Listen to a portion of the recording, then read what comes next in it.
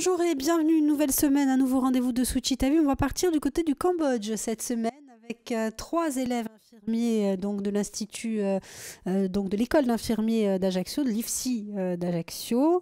Oriane Girardin est avec nous, bonjour. Bonjour, merci de nous recevoir. Alric Antidei est avec nous, bonjour. Aussi, bonjour. Et puis nous avons également Bastien Bertotti, bonjour. Bonjour madame. Donc vous faites partie de ces élèves infirmiers et vous avez un projet infirmier, un projet humanitaire aussi du côté du Cambodge. Expliquez-nous un petit peu comment est né ce projet. D'accord, donc du coup on s'est rendu compte au début de notre troisième année d'infirmier qu'il était possible de réaliser un stage à l'étranger. Donc nous avons préféré choisir un pays qui avait besoin de soins, donc on a choisi le Cambodge. Et on s'est dit que ça pouvait être intéressant de pourquoi pas réaliser ce stage qui nécessite justement de moyens. Du coup, on a démarché plusieurs entreprises afin de pouvoir mener à bien ce projet. Donc les entreprises qui vous ont accompagné dans ce projet aussi. Dans le financement Exactement. de ce projet, c'est ça. On a été d'ailleurs plutôt surpris par la générosité des entrepreneurs, notamment ajaxiens, qui ont vraiment été très présents sur ce coup-là. Donc on parlera un petit peu de ces généreux donateurs dans le courant de la semaine, mais cette idée du Cambodge, bon, on imagine un petit peu pourquoi vous avez choisi cette destination aussi, mais ça n'a pas dû être facile à organiser. C'est vrai que nous, il est possible de pouvoir partir vraiment un peu partout. On a décidé de partir au Cambodge parce que là-bas, le niveau de santé est vraiment inférieur à celui en France, donc ça allait nous permettre un peu de voir comment ça se passe dans des pays où c'est défavorisé, je dirais. Et donc, nous, on a démarché il y a des associations qui sont mises en place justement pour les étudiants infirmiers pour pouvoir faire des stages humanitaires, je dirais, dans des pays comme ça. Et donc, nous, on a démarché auprès d'une association qui s'appelle Alzea et qui se charge, en fait, de nous trouver un stage là-bas, sur place au Cambodge, un logement et qui nous suit, en fait, tout au long de notre stage au Cambodge. Comment ça va se passer? Vous allez donc être logé là-bas, vous allez opérer auprès de quel patient? Dans un hôpital, On arrive là-bas dans un hôpital militaire où effectuer un stage conventionnel, comme on le ferait en France en fait. Et ensuite, avec l'association, on va aussi participer bénévolement donc à des activités plus bénévoles qu'humanitaires. Parce qu'humanitaire, ça suppose aussi des statuts juridiques qui ne sont pas forcément en place dans ce cadre-là, mais beaucoup de bénévolat. Ouais. Comment ça se passe aussi là-bas au niveau des soins? Il doit y avoir des pathologies particulières. Vous êtes renseigné avant de partir? Il y a des protocoles particuliers à mettre en place? Vous partez avec un matériel particulier? Au niveau du matériel, nous n'avons pas prévu un matériel spécial. Par contre, on s'est renseigné. Là-bas sur place, on sera dans un service de soins intensifs qui pourrait ressembler à un service de réanimation ici. Après, sur les pathologies, non, on attend un petit peu de voir sur place. On ne sait pas exactement. Essentiellement, là-bas, c'est plus... ce qui est majeur, là-bas, c'est les accidentés de la route. Bon, après, il y a d'autres pathologies aussi. Il y a le VIH, tout ce qui est hépatite, tout ça. Mais c'est vrai que nous, on n'a pas encore vraiment cherché sur les pathologies qu'on allait vraiment rencontrer là-bas. C'est un peu la surprise, on dira. Et au niveau du matériel aussi, on peut, en tant qu'étudiant en stage, on ne peut pas, en termes de légalité, je dirais. C'est vrai que le matériel, c'est un peu difficile de pouvoir ramener des choses sur place. En termes de douane, c'est compliqué. Néanmoins, on imagine que vous allez quitter un petit peu le confort, on va dire, d'un étudiant ici, le confort d'une école d'infirmier aussi, et que... C'est l'objectif du coup aussi de partir et quitter un peu le confort qu'on a ici, que ça soit au niveau individuel dans notre vie, je pense, mais aussi au niveau de la santé, voir ce qu'on peut faire avec des moyens différents. C'est un peu l'objectif. Donc vous êtes un groupe de 5 étudiants à partir, c'est ça? C'est ça. Voilà, on en reçoit 3 là pour ces 3 jours et puis on recevra les 2 autres en fin de semaine. Merci beaucoup à tous les 3. On va se retrouver dès demain pour parler à nouveau de votre projet. À demain. Merci à vous. Bonjour, bienvenue. On retrouve nos 3 invités, des élèves infirmiers qui vont partir faire un stage infirmier au Cambodge. Oriane Girardin, bonjour. Bonjour. Nous avons également Bastien Bertotti, bonjour. Bonjour. Et puis Alric Antidei, bonjour. Bonjour. Ce projet donc humanitaire, social, mais qui fait également partie de votre formation, puisque vous partez aussi pour apprendre des choses là-bas, a pu se réaliser, on l'a un petit peu évoqué hier, grâce à un certain nombre de partenariats, des gens qui ont répondu présents tout de suite. C'est exact. nous avons démarché plusieurs entreprises, si je peux citer du coup Quant, SG BTP, Giuliani Transport, Buffalo, Morizi Transport, entreprise Bertocci et Aflocat, grâce à qui nous sommes ici, dans l'institut dans lequel j'ai suivi ma préparation au concours d'infirmier et qui continue d'ailleurs à me suivre dans mes projets comme actuel pour partir au Cambodge. C'est important la formation aussi, hein. On va quand même faire une petite parenthèse. Aflocat qui est beaucoup investi dans ces métiers de la santé. C'est exact, oui. En plus, il me semble qu'au mois de juin, nous allons réaliser une formation sur les soins palliatifs à Aflocat. Oui. Donc, départ au Cambodge, on en a un petit peu parlé hier avec du matériel. C'est un peu compliqué pour vous légalement de partir avec du matériel, mais néanmoins, il y a quand même un certain nombre d'autres partenariats aussi qui sont tissés. Non, c'est pas ce que vous disiez tout à l'heure, partir avec du matériel. Non, on a demandé du matériel et il y a des infirmiers qui nous ont dit que ça pouvait être mal vu si on ramenait du matériel. Ok, donc on reprend la question. Oui. Ok. Donc un stage humanitaire, un stage pour apprendre des choses aussi. On a un peu évoqué aussi hier cette problématique du matériel où effectivement il vaut mieux utiliser ce que vous pouvez trouver sur place et les outils que vous pouvez trouver sur place. Ça risque d'être autrement mal vu. Déjà, au niveau légal, comme m'a dit ma collègue, c'est très compliqué d'emmener du matériel dans un autre pays. Et puis en plus, notre statut, c'est-à-dire qu'on n'est pas une association humanitaire, on vient aussi pour apprendre des choses. Et venir avec du matériel en disant on est les sauveurs, on vous apporte quelque chose, on s'est dit que ça pouvait être mal perçu. Donc, Puis ce serait vraiment minime en fait. On ne pourrait pas ramener quelque chose qui pourrait durer dans le temps en fait. Donc c'est vrai que c'est là aussi que ce serait mal vu parce que à la limite, on arriverait avec du matériel et ce serait pour la durée de notre stage puisqu'on ne pourrait pas ramener des stocks astronomiques et du coup, on n'en voit pas vraiment la nécessité. Un voyage que vous préparez depuis quand ? Ça fait 1 an. Ça fait 1 an, oui. Maintenant. Ça fait, depuis le début de notre 2e année, l'année dernière, en septembre dernier, en 2016, j'arrive plus à... Ça, 2016. Ouais, 2016. Septembre 2016, on a monté notre projet et qui aboutit enfin. Donc, un stage qui va durer combien de temps ? Il va durer 7 semaines et on partira le 2 février jusqu'au 24 mars.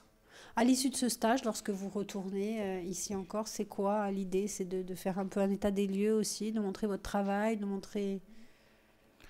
c'est, oui, de pouvoir vraiment visualiser où ça en est dans ces pays et peut-être là-bas apporter des connaissances qu'on a pu acquérir sur nos 3 ans et peut-être aussi faire la part des choses une fois qu'on sera de retour en France et peut-être appliquer ce qu'ils nous auront appris aussi là-bas au Cambodge et appliquer sur nos prochains stages et quand on sera professionnel diplômé. Donc un hôpital militaire avec un service de soins intensifs aussi, ça veut dire une manière particulière de travailler et d'appréhender son métier. Exactement. En fait, au début, on partait sur un projet qui était plus humanitaire en quelque sorte. Et puis finalement, on s'est dit que ça pouvait être bien de rentrer vraiment dans le système de soins et pas du coup d'aller en surface sur un projet humanitaire, mais vraiment au cœur du système de soins. Et donc ce partenariat avec cette association sur place aussi, il est important ? Oui, il est important parce que dès le début, on a eu un correspondant directement sur place qui a essayé de faire le lien entre justement notre projet et les structures sur place. Donc elle s'est débrouillée pour nous trouver un lieu de stage et aussi pour nous trouver un logement et avoir des relations sur place. C'est vrai que depuis 1 an, elle nous suit, on a des nouvelles assez régulièrement. Elle nous briefe un petit peu sur comment faire quand on sera là-bas. Et c'est vrai que cette association, c'est vraiment une sécurité en fait pour nous. Il y a la barrière de la langue aussi. Comment est-ce qu'on la passe ? Là-bas, oui, il faut savoir déjà que là-bas, ils parlent beaucoup le khmer et l'anglais. Donc nous, au niveau de l'anglais, on est à peu près bien. Au niveau du khmer, par contre, ça va être beaucoup plus compliqué. Donc on va essayer d'apprendre quelques mots et on parlera anglais. On parle beaucoup anglais, y compris peut-être dans le Cambodge, mais où est-ce que vous allez être exactement au Cambodge ? On sera à la capitale, à Phnom Penh. Donc effectivement, l'anglais qui est peut-être plus présent que dans certaines contrées plus retirées ? Très sûrement, oui, mais d'après ce que j'ai compris, il parle aussi beaucoup khmer dans la capitale, du coup on va devoir se débrouiller. Il faut savoir que le système de soins au Cambodge aussi, il a été monté en grosse coopération avec les Français. Donc dans le système de soins particulièrement, beaucoup de gens vont parler français, notamment des docteurs, le personnel médical de plus de 45-50 ans. forte probabilité pour qu'ils parlent français. En fait. Mais la relation avec le patient, elle risque d'être... Mais si vous avez un encadrement, ça sera peut-être plus facile à gérer. Oui, normalement, sur place, durant notre stage, on aura une personne avec nous qui est censée justement essayer de superviser tout ça, puisque pas forcément... on n'a pas pris le dictionnaire du Khmer, donc il y a une personne au sein de l'association que j'ai citée qui, pendant tout notre stage, est présente pour nous aider à pallier tout ça, aux barrières de la langue, et pour qu'on arrive quand même à avoir ce relationnel avec le patient qui est quand même très important. Merci beaucoup à tous les trois. On va se retrouver dès demain pour une nouvelle émission. À demain. À demain. Bonjour et bienvenue. Bonjour à vous toutes et à vous tous. Nouveau rendez-vous de Suchitahu avec nos 3 invités élèves au sein de l'IFSI d'Ajaccio qui participent à un stage infirmier au Cambodge. Alric Ansidé est avec nous. Bonjour. Nous avons également Oriane Gérardin. Bonjour. Et puis Bastien Bertotti. Bonjour. Bonjour. Tous les trois, donc, avec 2 de vos camarades que nous retrouverons dès demain et après-demain. Ce projet humanitaire au Cambodge, c'est un projet que vous avez monté en commun. Vous êtes tout de suite entendus sur la destination. Comment ça s'est passé ? C'est vrai que dès qu'à l'école, on nous a parlé des possibilités de faire ce stage, tous ensemble, je dirais, c'est sûr qu'il y a une personne qui a dit « Ah, le Cambodge, ça pourrait être bien » et ça n'a pas été compliqué vraiment de choisir cette destination, et je pense que tous ensemble on était assez d'accord sur ça, et voilà, et aussi on a choisi le groupe en affinité, disons, pour faire partir avec des amis. Donc, voilà. Sur vos parcours futurs, une fois que vous serez revenus, que vous aurez validé donc votre formation, qu'est-ce que vous avez prévu ? Alors moi, l'humanitaire faisait partie c'était une des raisons pour lesquelles j'ai commencé la formation, donc je pense qu'à terme, il y a des chances que je reparte vraiment faire de l'humanitaire dans des pays comme le Cambodge ou ailleurs. Que vous repartiez ? Ouais. Pour ma part, moi ça m'intéresse. Du coup, ouais, c'est la raison pour laquelle aussi je trouvais ça intéressant d'aller au Cambodge. Pourquoi pas un jour partir faire l'humanitaire comme Aldric. C'est vrai que ça nous permet, avec une sécurité comme on est étudiant, d'aller se faire un stage humanitaire, et puis peut-être par la suite, une fois diplômé, se dire ouais, peut-être que c'est ça qui me correspond, et comme j'ai un peu vécu ça, je pourrais peut-être recommencer. Voilà. Je sais pas comment terminer ma phrase. C'est cool. Pas d'installation prévue en Corse, pas de domaine de prédilection, par exemple. Il y a plusieurs spécialités, y compris dans le domaine infirmier. Est-ce qu'il y en a une qui vous attire plus qu'une autre ? Moi, personnellement, pour le moment, je ne sais pas tellement vers quelle direction. Peut-être la psychiatrie, ça m'intéressait, mais je préfère attendre la fin de ma 3e année et voir un petit peu la fin des stages pour me prononcer.